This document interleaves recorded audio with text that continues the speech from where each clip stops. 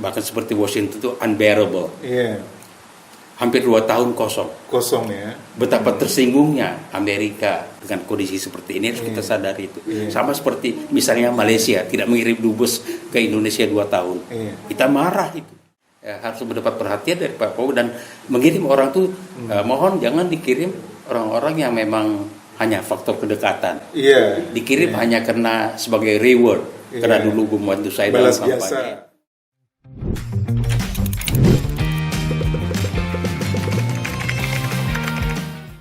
Assalamualaikum warahmatullahi wabarakatuh. Selamat berjumpa kembali di acara Panggung Belakang, acara mingguan yang menghadirkan narasumber yang memberikan kita banyak perspektif. Nah, kali ini kita menghadirkan seperti biasa itu Pak Hazairin Pohan. Beliau adalah seorang diplomat senior yang pernah bertugas di Uni Soviet dulu, sebelum Uni Soviet bubar, tahun 91 tentu saja. Lalu pernah juga bertugas di Bulgaria, lalu juga pernah di PT RI di New York, serta memimpin Center for Education and Training, Kemenlu, lalu yang bertanggung jawab mulai dari rekrutmen diplomat sampai persiapan calon duta besar. Itulah yang dilakukan oleh Pak Hazairin Pohan. Assalamualaikum Pak Bang, apa kabar? Salam, baik. Apa kabar? Sehat ya? Sehat. Alhamdulillah. Hari ini kita mau ngomong soal diplomat dubes karir dan dubes non karir ini Bang, yang kelihatannya memang kita lihat rupanya beberapa pos diplomatik itu di luar negeri kita ini masih ada yang belum dirotasi gitu ya, belum diganti, ada juga masih kosong dan seterusnya. Nah, ini kalau kita lihat Abang ini orang yang pernah berada di tengah-tengah mendidik calon dubes ini. Ini berikan kita pandangan Bang, silakan. Iya, memang akhir-akhir ini ketika kita dan rakyat kita menyadari bahwa beberapa pos strategis kita itu lagi kosong di luar negeri. Ini memang satu fenomena yang kalau secara diplomatik ini sesuai dengan pengalaman kami akan membuka kira-kira seperti apa artinya. Dan kita lihat bahwa di dalam seperti dalam pos Washington, satu pos yang strategis, ada beberapa pos lagi yang strategis yang juga sedang ini yang di Washington ini kosong Bang? Kosong ya. Udah berapa tahun kosongnya? Sudah hampir 2 tahun. 2 tahun. Sudah hampir 2 tahun. Jadi ada juga kita ketahui pos kita di Inggris yang dubesnya harusnya sudah pulang. Ada juga yang seperti di Jerman itu Pak Hafaz itu sudah diangkat menjadi wakil menteri dan itu otomatis pos di Jerman Berlin kosong gitu ya. Itu kosong. Juga seperti tadi saya sebut di Inggris dan juga Malaysia. Jadi ini memang fenomena yang saya kira terjadi justru pos-pos yang penting ya, yang strategis sekali. Iya, sejak zaman Pak Jokowi ya, dan kemudian ini sekarang periode Pak Prabowo ini apakah ini dibiarkan? Makanya kita akan melihat seperti apa kira-kira dunia diplomatik memandang fenomena seperti ini, kekosongan itu. Dan wajar saja suatu negara, katakanlah Indonesia, apabila ada negara-negara yang penting tidak mengisi pos dubes di sini, apapun alasan atau penyebabnya secara internal, tapi yang pasti kita akan merasa bahwa kita tidak dianggap. Ini penting. Jadi kalau kita tidak mengirim dubes kita di Korea, di Malaysia, di Inggris, di Jerman, termasuk juga di PBB sekarang karena Pak Arman Hatta Nasir kan diangkat sebagai wakil menteri luar negeri, itu juga akan kosong ini, terutama di pos-pos bilateral itu yang menurut saya yang perlu segera diadres persoalan ini. Itu tadi bahwa memang satu negara seperti Amerika tentu sangat tersinggung. Amerika itu dalam catatan kita itu di samping itu ada 3 dubes berturut-turut yang tidak sampai kepada masa penugasan yang 3 tahun.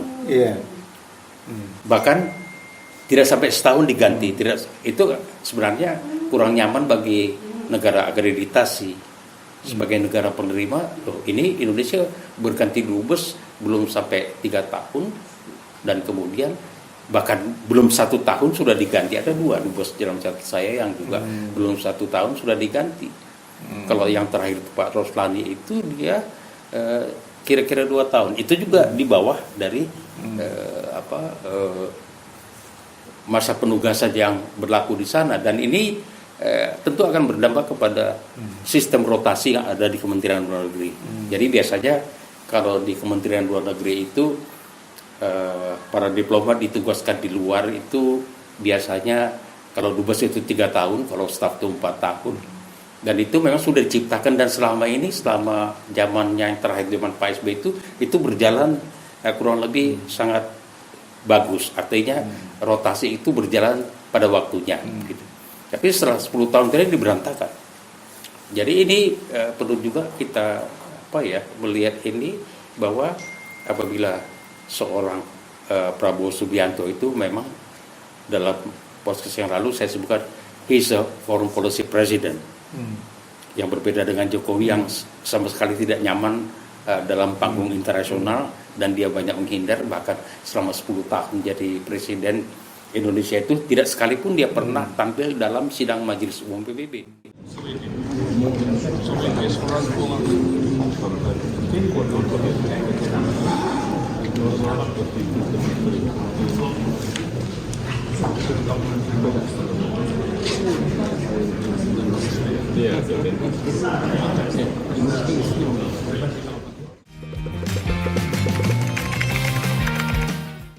Pak Prabowo harus bisa mengadres persoalan ini dan percepat. Apalagi sekarang kita ketahui bahwa situasi kebijakan Presiden Trump soal mengenai tarif itu memerlukan orang pertama.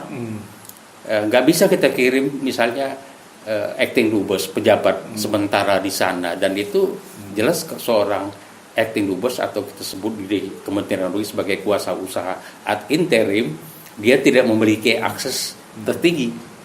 Saya sebagai dubes, misalnya saya pernah menulis surat pada presiden karena saya seorang dubes. Saya bertemu dengan presiden, beberapa menteri, ya karena mereka melihat saya sebagai dubes. Kalau saya hanya seorang acting, mereka tidak akan pernah terima. Sama seperti yang kita lakukan di Indonesia. Saya juga pernah waktu saya direktur, ada seorang dari kedutaan negara terpenting juga bagi kita Indonesia, dia minta ketemu saya. Saya tanya, kamu siapa? Kalau Anda dubes, saya terima. Dia bukan dubes, dia hanya seorang minister counselor lah, kira-kira pejabat sudah senior juga. Tapi saya merasa saya sebagai direktur itu partner saya berbicara itu adalah dubes. Jadi situasi protokol seperti ini memang sampai hari ini masih hidup.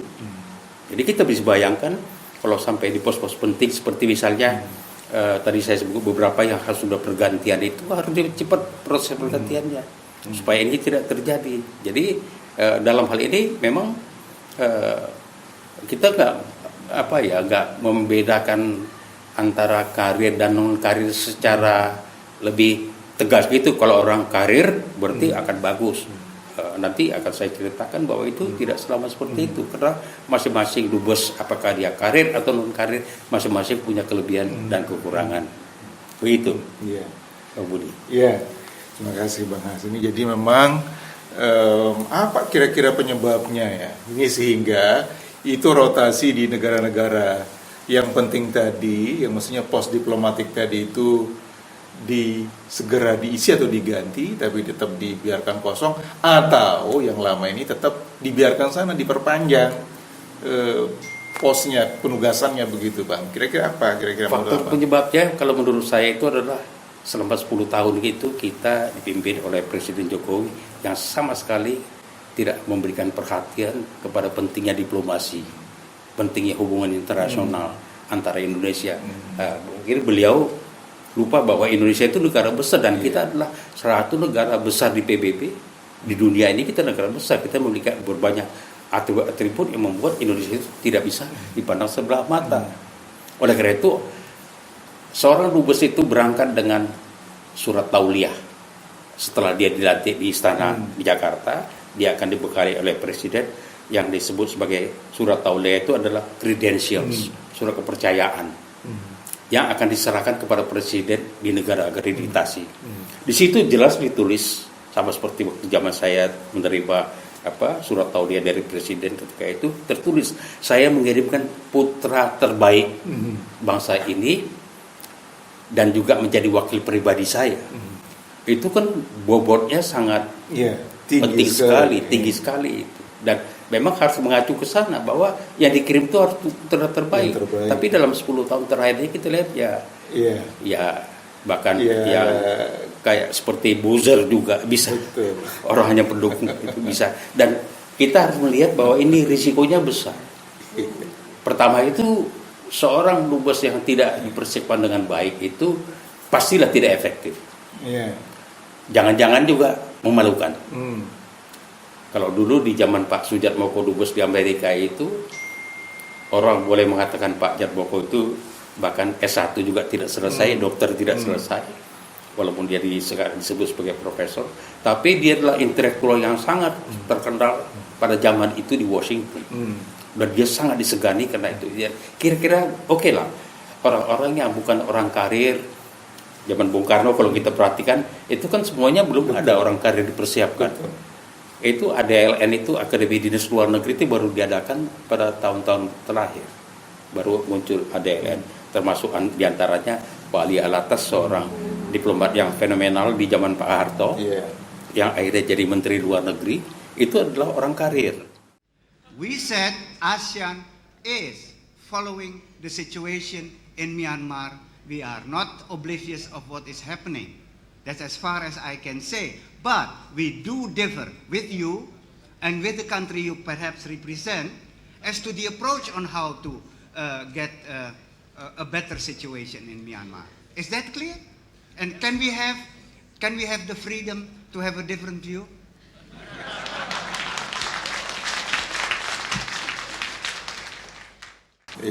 Yang juga, jadi kita lihat orang-orang di zaman Bung Karno itu orang-orang non karir, tapi mereka itu adalah pejuang.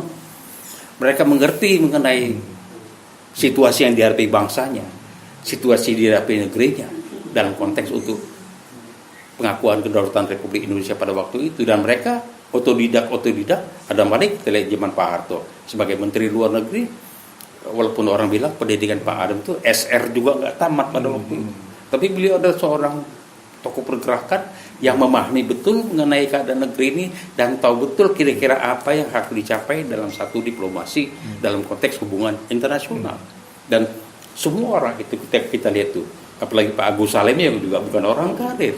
Tapi siapa menyangka bahwa seorang Agus Salim misalnya, Ruslan Abdul Ghani misalnya, itu adalah bukan orang-orang hebat. Ini adalah orang-orang hebat yang itu yang menyebabkan dalam podcast yang lalu saya sebutkan legacy yang ditinggalkan oleh Bung Karno dalam konteks mengenai pelaksanaan politik luar negeri, legacy yang ditinggalkan oleh Pak Harto ini luar biasa. Dan ini yang kita harapkan apabila memang Pak Prabowo ini memperbaiki rekodnya ke depan, catatan mengenai dia ke depan dan bisa menghasilkan suatu legacy, memang ini harus mendapat perhatian.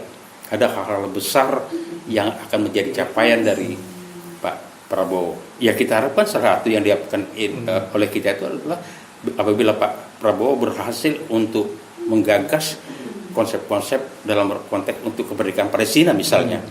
Ini satu capaian yang sudah puluhan tahun dilakukan dan kebetulan sampai sekarang masih belum selesai. Ini satu opportunity kepada Pak Prabowo. Begitu juga dalam satu visi identitas diplomasi yang seperti digambarkan oleh Pak SBY pada waktu lalu, bahwa Indonesia adalah suatu negara di mana Islam dan pembangunan itu bisa berjalan bergandengan tangan.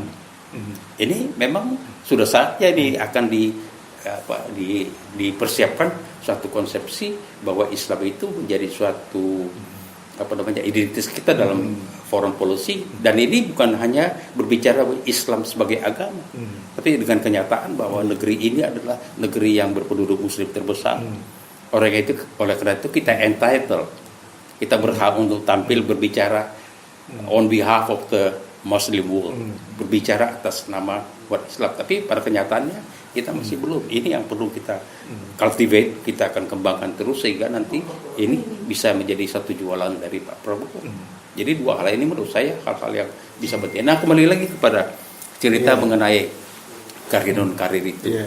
Nah, kalau kita lihat ini mudah-mudahan Pak Prabowo bisa memperbaiki keadaan ini bahwa nanti untuk menunjukkan dubes yang tadi saya sebutkan tempat-tempat yang sudah harus bergantian maupun yang sudah kosong, bahkan seperti Washington itu unbearable. Iya. Hampir 2 tahun Kosong ya. Betapa tersinggungnya Amerika dengan kondisi seperti ini harus kita sadari itu. Sama seperti misalnya Malaysia tidak mengirim dubes ke Indonesia 2 tahun. Kita marah itu. Berarti dia menganggap enteng kita. Demikian pula ini. Jadi ada beberapa pos tadi saya sebutkan di Inggris juga sudah harus diganti, di Jerman sudah harus diganti, di Malaysia harus diganti. Lalu kemudian di Korea Selatan juga masuk diganti bersama dengan Washington. Ini pos-pos strategis yang menurut saya harus mendapat perhatian dari Pak Prabowo dan mengirim orang tuh mohon jangan dikirim orang-orang yang memang hanya faktor kedekatan. Dikirim hanya karena sebagai reward, karena dulu membantu saya dalam kampanye atau kroni-kroni. Jangan itu. Kita bicara kepentingan nasional, kita harus mengirimkan sama seperti yang tertulis di dalam kredensial itu, kami kirimkan putra putri terbaik untuk mewakili bangsa dan negara ini di negara akreditasi sekaligus menjadi wakil pribadi saya. He will speak on behalf of the president. Jadi harus dipikirkan bahwa orang-orang yang akan diangkat itu punya kapasitas enggak. Dan memang kalau kita lihat dari berbagai perkembangan dalam diplomasi kita itu ada beberapa kasus-kasus yang juga kita perhatikan, mudah-mudahan tidak terjadi kepada para dubes-dubes kita, karena dengan pengangkatan yang kalau boleh dikatakan kurang begitu diperhatikan itu memiliki potensi risiko ke depan itu adalah pelanggaran hukum diplomatik. Ini berbahaya karena seorang diplomat atau duta besar yang melakukan pelanggaran hukum diplomatik, dia bisa di persona non grata, diusir dari negara itu.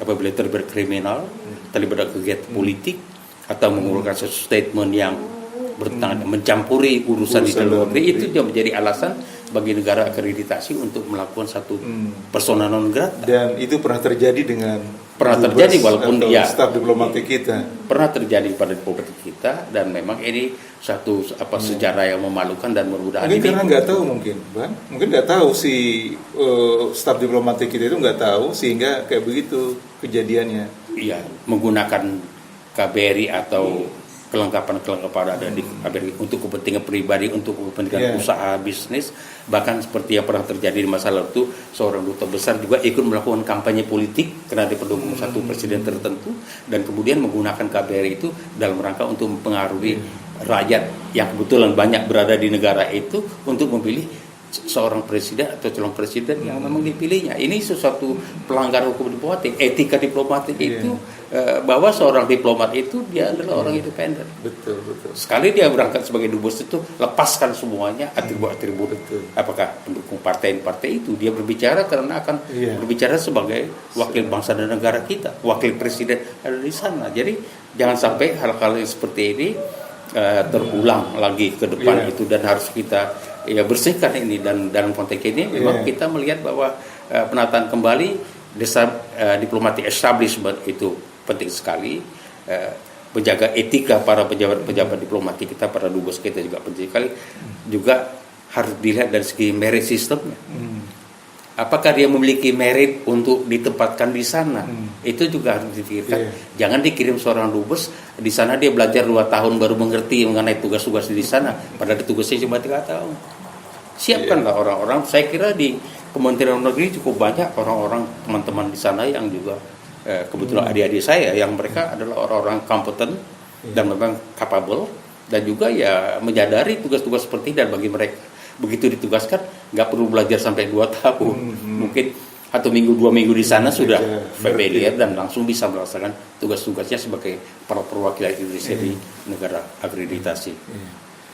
Oke, jadi apa yang kira-kira yang praktis yang bisa dilakukan oleh Pak Prabowo untuk memperbaiki situasi yang kelihatannya ini sudah diobrak-abrik sama Pak Jokowi selama 10 tahun ini, Pak? Jadi saya kira beberapa perwakilan tadi kita sebutkan yang kosong lagi pergantian yang sudah di ujung tahun ini harus disegerakan. Karena memang begitu dipilih orangnya, dia harus pergi ke DPR lagi, belajar substansi lagi, ikut penataran dubes lagi. Di tempat saya dulu di di pusdiklat, dan kemudian juga dia harus juga menunggu waktunya untuk ada jadwal presiden untuk dilantik. Setelah dilantik dia diberikan surat tauliah, credentials, dan kemudian dia berangkat ke perwakilan. Dia juga berangkat seorang dubes itu juga memerlukan waktu mencari staf pribadinya, mencari sumber pribadi, mencari segala macam kelengkapan dia sebagai seorang dubes ke perwakilan. Dan di sana dia harus menunggu waktu lagi kapan presiden para negara di negara akreditasi memiliki waktu untuk menerima kredensial dari dia. Jadi kadang-kadang proses itu masih 6 bulan termasuk cepat. Baru, begitu ya. Padahal tugasnya 3 tahun gitu ya. Begitu tiba, Jadi, kalau saya dulu beruntung 2 bulan saya menunggu Iya. untuk menyerahkan kredensial kepada Presiden Polandia pada waktu itu. Tapi saya mendengar ada beberapa kasus menonjol bahkan sampai setahun menunggu.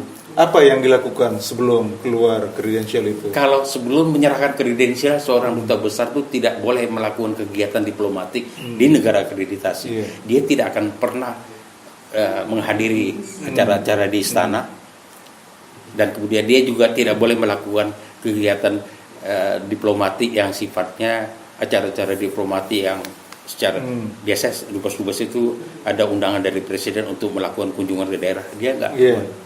Dan ini